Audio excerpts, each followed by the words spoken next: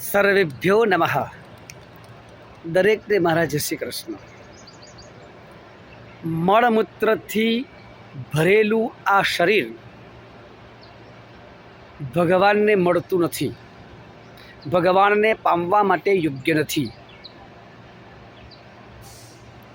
જો ભગવાનને પામવાવાળું એકમાત્ર જો પદાર્થ હોય તો તે મન છે. પણ તે મન શુદ્ધ વિશુદ્ધ હોવું જોઈએ. જે મનથી કપટ કરે છે, દગો કરે છે, એવું મન ભગવાનને ક્યારે પણ સ્પર્શ કરી શકતું નથી. એટલે વ્યવહારની અંદર શુદ્ધતા રાખીએ. જેટલો આપણો વ્યવહાર શુદ્ધ હશે, જગતની અંદર રહેલા તમામ વ્યક્તિઓને આપણે વફાદાર તો આપણે ભગવાનને વફાદાર.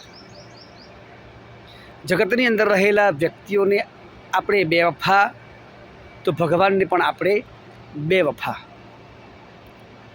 આ સિદ્ધાંત ક્યારેય પણ ભૂલવો ન જોઈએ. દરેકને મારા જય શ્રી કૃષ્ણ.